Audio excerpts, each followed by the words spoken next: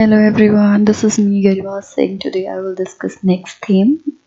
Basically I'm discussing part 1, so this is a third theme, that is kinship, caste and classes. Basically of early societies. Here we discuss about families and various things like we should compare various norms, not nations. Then we will discuss Buddhist theory as well as talk about Mahabharata, like society at that period of time. We will discuss literature about literature. Sorry for this. We will discuss Mahabharata about Mahabharata. Various things have been given in this chapter. We will discuss gender differences in early society. Then evidence of marriage, kinship. A lot to discuss in this chapter. So let's move on to the question and answer discussion. So let's go to the question section. So there I will discuss the answer of it, what you should have to write. First is explain why patrilineal may have been particularly important among elite families. So patrilineal is the system through which descent from father to son and grandson is traced. The principle of patrilineal would have been essential for elite families for various reasons. Like first is continuity of dynasty. As per Dharma Shastra, it was an established belief that the son carried forward the dynasty. That was the main reason that family wished for son, not for daughter. Then a couplet of Rigveda also substantiate this view. In this couplet, a father at the time of the marriage of his daughter wishes that she should have best sons with the grace of Lord Shiva. First one is that continuity of dynasty. Second is inheritance. In royal family, the acquisition of throne was included in the inheritance. After the death of a king, his eldest son was supposed to inherit the throne. After the death of the parent, the property was to be equally divided among all the sons. In fact, parents avoid dispute in the family after their death. Most of the royal family followed the patrilineal since 600 BC. But sometimes the system had exceptions also. The brother of king ascended the throne in case the former had no son, and relative also claimed the inheritance of throne. In some special cases, women also ascended the throne like Parvati Gupta. So these are the few exceptions. Discuss whether king in early states were invariably Kshatriya. As per the Dharma Shastra, only Kshatriya were supposed to be the kings, but it was also to be noted that many important ruling lineages perhaps had different origins. Maurya were considered Kshatriya by many people. Some Brahminical texts describe Maurya as of low origin. The Shungas and Kanvas, who were immediate successor of Maurya, were Brahmins. In fact, those section of the society controlled the political power which enjoyed support and resources. It did not depend upon the question of being born as a Kshatriya. There were other rulers like Shaka who came from Central Asia, but the Brahmins considered them as Melchnas, barbarian, and outsiders. Similarly, Gautamiputra Satykarni, the best known ruler of Satvana dynasty, became a destroyer of the pride of Kshatriya. This we see that Satvahana claimed to be Brahman, whereas the Brahman were of opinion that king should be Kshatriya. Next is compare and contrast the dharma or norms mentioned in the story of Drona, Hidimba, and Matanga. So Drona was a Brahman as per the Dharma Shastra. It was the duty of the Brahmana to impart education. It was considered a pious deed of Brahmans. Drona was also following that system. He was imparting education. He taught archery to the prince of Kuru dynasty. In those days, people of low caste were not entitled to get education. Keeping this view in mind, Drona refused imparting education to Eklavya, but in the course of time, Eklavya learned archery and acquired great skill. But Drona demanded right thumb of Eklavya as his teaching fee. This was against religious norm. In fact, Drona did this just to ensure that no one could be better Arjuna than Arjuna in the field of archery. Then second of Hidimba. So Hidimba was a lady demon, that is Rakshakshini in Hindi. In fact, all the Rakshaks were man-eater. One day her brother asked her to catch Pandavas so that he may eat them. But Hidimba did not follow this. She fell in love with Bhim and married him. A Rakshas boy was born to him named Ghatotkaч. In this way, Hidamba did not keep the norm of Rakshas. Matanga. So Matanga was Bodhisattva who was born in the family of Chandela, but he married Ditta Mangalika, who is the daughter of merchant. A son was born to him named Mandava Kumara. In course of time, he learned three Vedas. He used to offer food to 1600 Brahmins every day, but when his father appeared before him dressed in rags with a clay alms bowl in his hand, he refused to offer food to him. The reason was that he considered his father as outcast and his food was meant for Brahman only. Matanga advised his son not to be proud of his birth. After saying this, he disappeared into the air. When Maghalika knew this incident, she went after Matanga and begged his forgiveness. This way acted like a true wife. This way she acted like a she performed her duty religiously. A donor is considered generous, but Mandava failed to follow the norm of religion and generosity. So these example you can quote. By this way you can compare and contrast.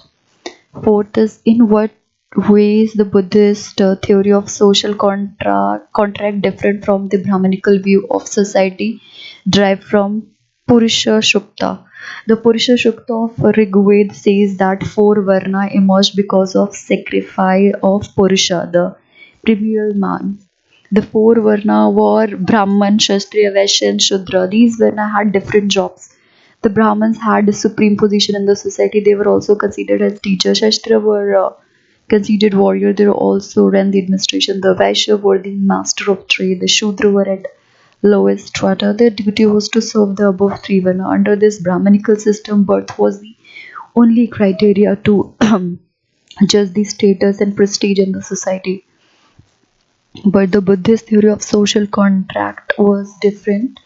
As per the Buddhist concept, there were inequality in society, but they also opinion that this inequality was neither natural nor permanent. They did not favor the idea of birth being the criteria of social status. Just wait for a minute. My neck is about like choke kind of, so I may be drink water. It maybe take few minutes. After then, I'll start with the question number 5.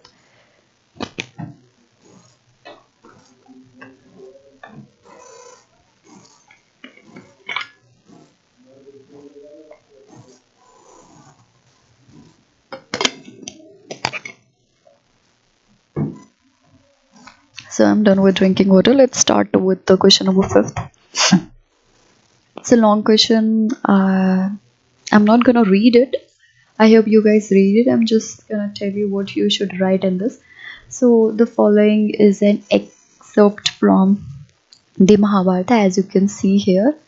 So you have to try and identify the criteria used to make the list in terms of age, gender, kinship. Are there any criteria or not? For each category, explain why I placed a particular position in the list. So in this one, you can say not only age, gender, kinship ties, but there were some factor too which were considered to prepare the list. The Brahmana, the Purohits, and Gurus were bestowed the highest honor. They all were widely respected.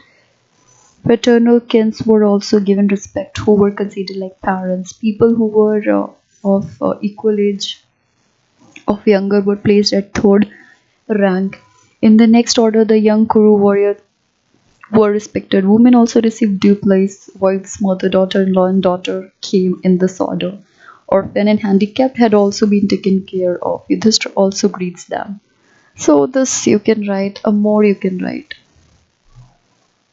Sixth is this is what a famous historian of Indian literature, Mauritius Winsnitz, wrote about Mahabharata. So in this one you can say what you discuss in this one you can write plenty of literary sources are available to reconstruct the ancient Indian history.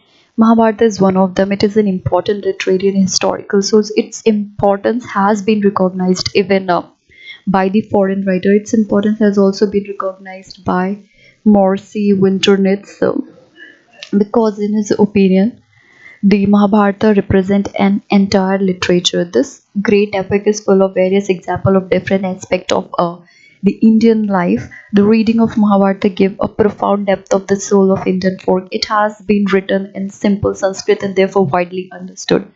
Generally, historian classify the content of Mahabharata under two sections. They are narrative and didactic. Narrative section contains stories, and didactic section contain prescription about social norms. But at some instance, there were intermingling also. Many historians believe that Mahabharata was a dramatic, moving story, and the didactic portion were a later interpolation. We get several different views about the authorship of Mahabharata. It was believed the original story were composed of suttas. The suttas were charioteer bats. They accompanied Shastriya warrior to the battlefield and composed poems celebrating their victories, other achievements. These compositions were circulated orally from the 5th century BC onwards. Brahman took over the story and started writing story. This great epic contained vivid description of battles, forests, palaces, and settlement. It describes kinship, political life of the set period, social priority, major feature of the family life such as paternity, different form of marriage and rules related with marriage, position of women in the society, social differences of Indian society can be traced back to the period of Mahabharata. This great epic also describes social mobility. Then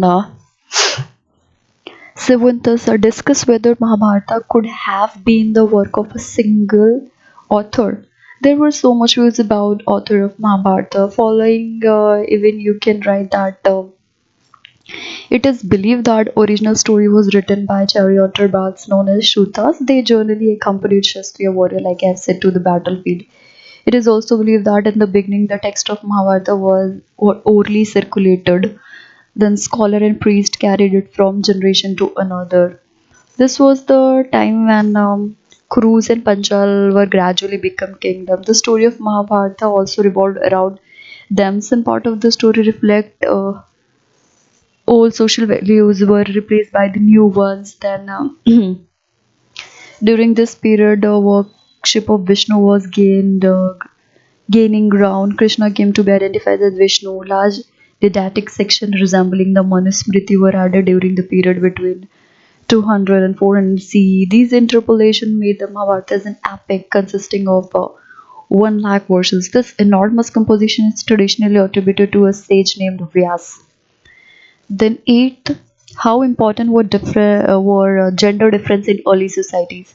So it is seen that in early society, family were generally patrilineal. Patrilineal means tracing descent from father to son and to grandson and so on. Matrilineal family was generally not in use, but exception was also available. As exception, Shatwana of Andhra can be mentioned. Historical sources mention name of some ruler from inscription associated with the name of mother of the king. Satvahana's and Gautami Putra means son of Gautami.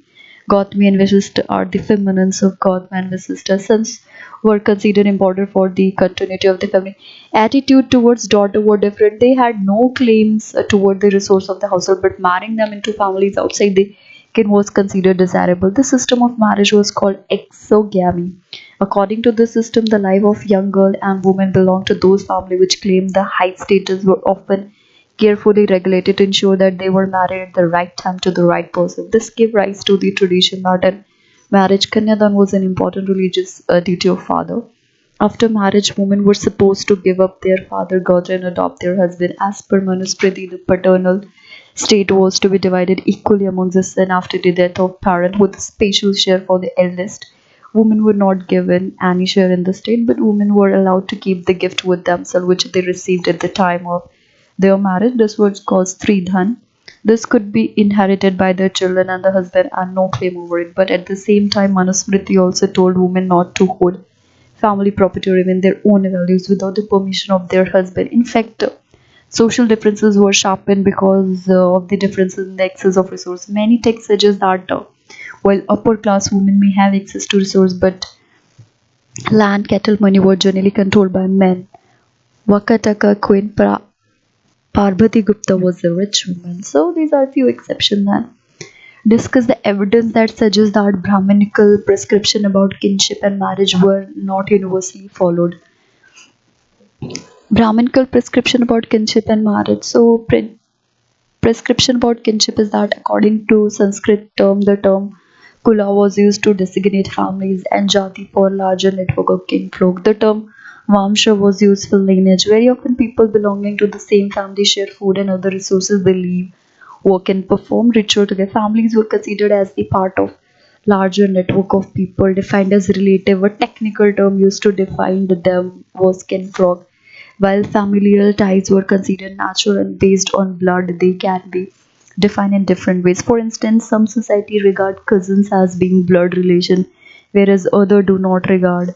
As from historian retrieve information about elite families fairly easily from it is a very hard reconstruct the familial relationship of ordinary people than historians also try to analyze their attitude towards family and kinship. They are important because they provide insight into people thinking. It is also expected ideas about or like would these ideas would have shaped their action because their action may have led to change in their attitude. Then prescription about marriage you can write for the continuity of patronage the sons were considered important. The daughter could not have as much right over the resource of their household.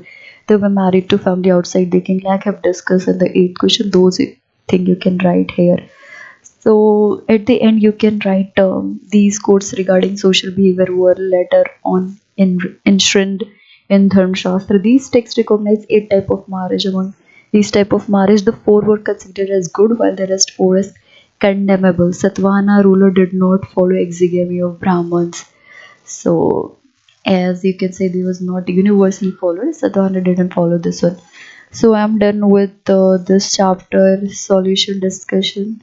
Just go through, just read the chapter first, then go through, then listen to my this question answer discussion sessions.